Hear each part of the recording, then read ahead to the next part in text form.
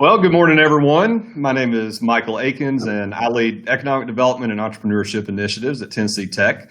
I also have an extensive history working with Launch to promote student innovation and entrepreneurship. And before we begin, wanted to give a shameless self-promotion that two of our teams from Tennessee Tech are competing this afternoon in the student edition. And I want to encourage everyone to go and cheer on all 8 teams. So this morning, we're going to be talking about the Launch Tennessee Mentor Networks. And if you're not aware, the Mentor Networks prepare Tennessee startups that are commercializing technologies for attracting capital and customers. The networks help early stage companies address potential gaps in business models, marketing, intellectual property, and much more. And new for this year, Launch Tennessee is very excited to announce that they have expanded the networks to include agriculture and automotive. So a couple quick stats for you about automotive and ag. The University of Tennessee indicates agriculture accounts for 9% of our state's economy. So this positions us for a wealth of industry expertise and a really strong customer base for new startups. Also for automotive, TNECD indicates that our state is home to over 900 automotive businesses with, get this, $37.8 billion in capital investment. So here with me this morning are Jim and Ryan, and they're going to tell us more about the Mentor Network. So guys, thanks so much for joining. Let's start out with a quick intro from each of you. Jim, you go first. Well, thanks. Okay. Well, good morning, everybody, and thanks, Michael. My name is Jim Biggs, and I am the Executive Director for Knoxville Entrepreneur Center, which is a business accelerator located, not surprisingly, in Knoxville. And Ryan Stanton, I'm a Senior Consultant for Strategic Energy Initiatives at the Tennessee Department of Environment and Conservation. I'm here on this call representing TenSmart as one of the board members. Very good. Thanks so much for being here with us this morning. So let's just get right into it. Let's take a deeper dive. So my first question for you all is, what is unique about the Mentor Network structure compared to a more traditional incubator or accelerator? And really what I'd like to know is what value does the Mentor Network actually add to these programs? I'll jump in first, I guess. From my experience, so I actually served previously as a mentor on the Energy Mentor Network. A couple of years ago. So I kind of saw firsthand, the opportunity that a really wide field of mentors can bring to some of these startups that, typically may be out of the incubator or kind of the accelerator phase where they're kind of now, starting to commercialize and get customers. The big thing I saw was really the breadth of mentors and just the connections that they have. They're able to bring, some of these opportunities to these startups that they may not have otherwise. Open doors at companies they may not otherwise be able to get into. Those are just a few of the examples. Help them see around corners that they may not know exist. Very cool, Jim. What would you say? So, I would agree with Ryan that I think that the value is that the long-term engagement there. But I think there's something unique about what we're trying to do with the Ag Mentor Network, and it is it's going to be a partnership that we've been developing for a long time with sort of our longtime collaborators in Memphis, the Ag Launch Group. The differentiator is the fact that we're putting farmers in the middle of this whole thing. Investment in ag tech is surging at this point. It's nearly quadrupled over the last 5 years. But even with that investment, the results have been kind of mixed. Every state right now is competing to be the best in ag, but the problem is most of them are focused on building technologies for farmers, and they're not focused on building technology with farmers. Ag Launch's model flips that on its head and directly engages farmers in the innovation process as investors, as testers, and eventually as customers. And by putting farmers in the middle of that process, we find that it's going to be better both for the farmers themselves and for the entrepreneurs who are hoping to work with them. Cool. Very, very cool. So let's talk about the industry for a moment. How would each of you describe the importance of agriculture and auto industries to Tennessee and really the greater Southeast region?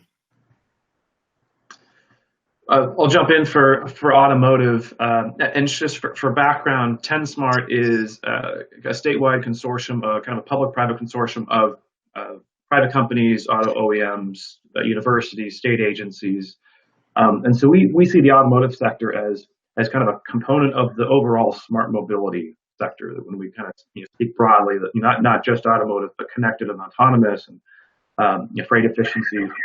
But the automotive is clearly, has become a powerhouse for Tennessee in terms of employment and investment. As Michael said earlier, we have over 140,000 employees or people employed in the automotive sector. There are automotive jobs within 88 of the 95 counties in Tennessee. So from an economic standpoint, it is a huge employer and creation of jobs. But it's kind of helping to position the state and the companies here, at the forefront of this kind of smart mobility revolution that we see happening. So it's, we don't see, when we think about innovations and kind of the startups that will take place in the automotive sector, we're probably not thinking about companies making gas tanks and alternators. We're probably thinking about companies that are doing, perhaps the software to inform an autonomous vehicle or connecting to infrastructure on the roads, battery technology, inverter technology. So that's kind of what, we see that as a strategic, opportunity for Tennessee as well as the companies here. So that's why we really wanted to kind of look forward in the automotive industry. So we're kind of, branding this a little bit more automotive and smart mobility mentor network with TenSmart. Jim, what would you have to say? Yeah, that's great. So, Michael, you mentioned earlier that that something like 9% of the state's economy is generated by the ag industry. In fact, there was a 2020 report by the Boyd Center for Business and Economic Research here at UT Knoxville that estimated that the agri-forestry industrial complex, which is a really bad sounding name, is directly or indirectly contributing something like $81 billion to Tennessee's economy and supplies somewhere around 342,000 jobs. So clearly it is an incredibly vital part of the state's economy. And I think something that goes overlooked sometimes is also that it's an incredibly diverse mix of ag and forestry products that are being created here.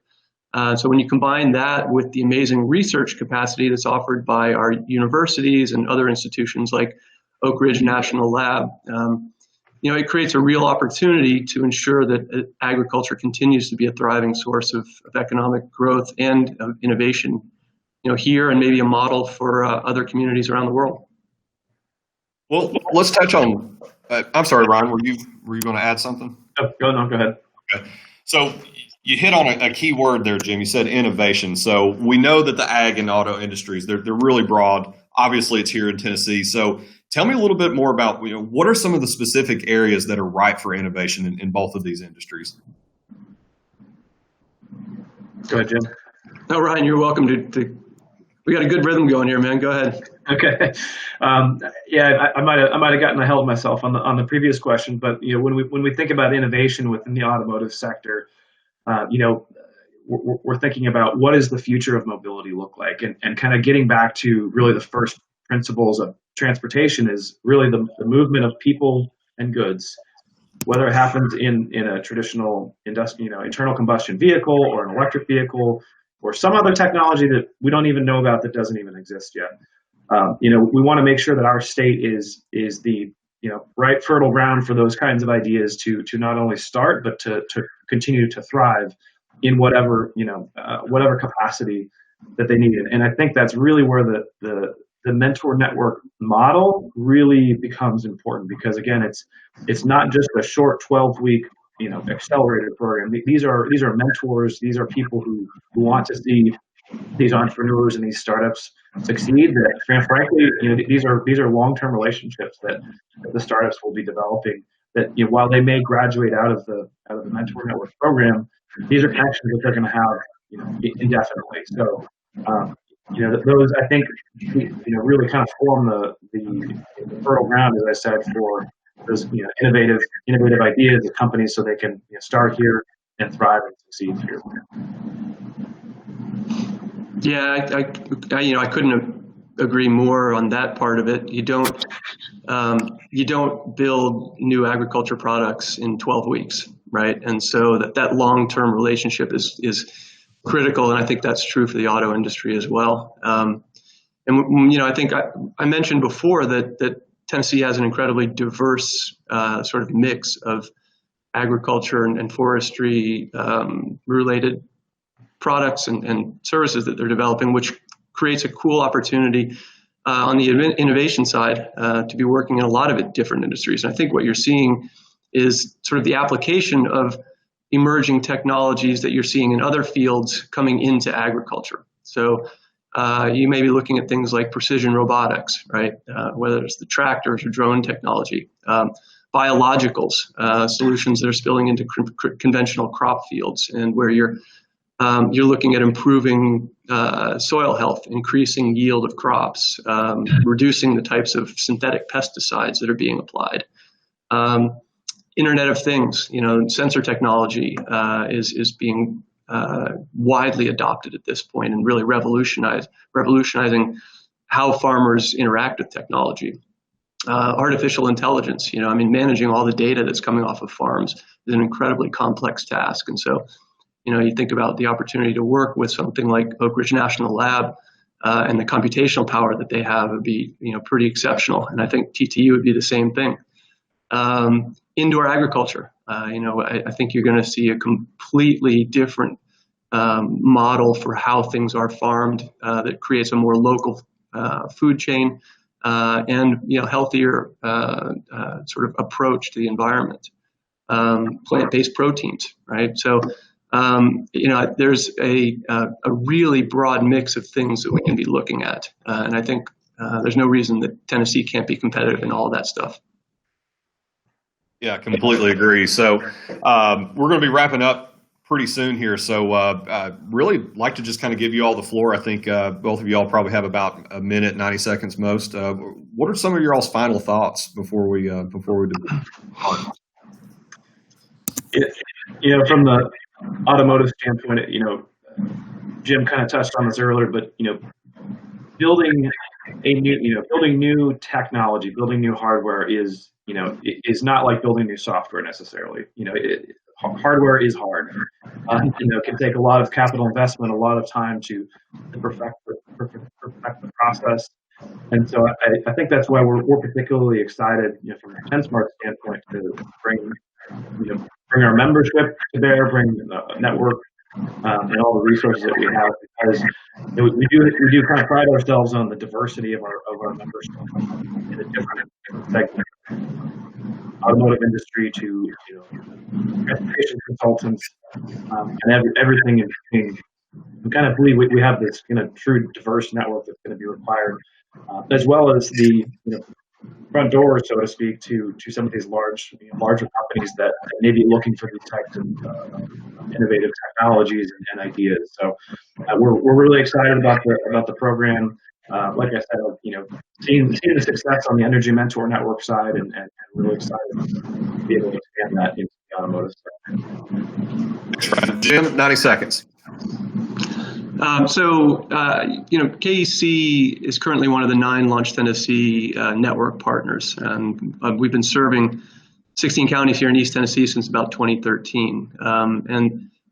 We are excited about this because this new initiative that we're doing with Launch Tennessee and with Ag Launch, building on their network of farmers and mentors, will give us an opportunity to serve all 95 counties across Tennessee at this point. People have been farming for a long time, right? Investment in the ag tech space is really pretty new. It's probably only in the last 5 to 7 years that it's begun to really boom.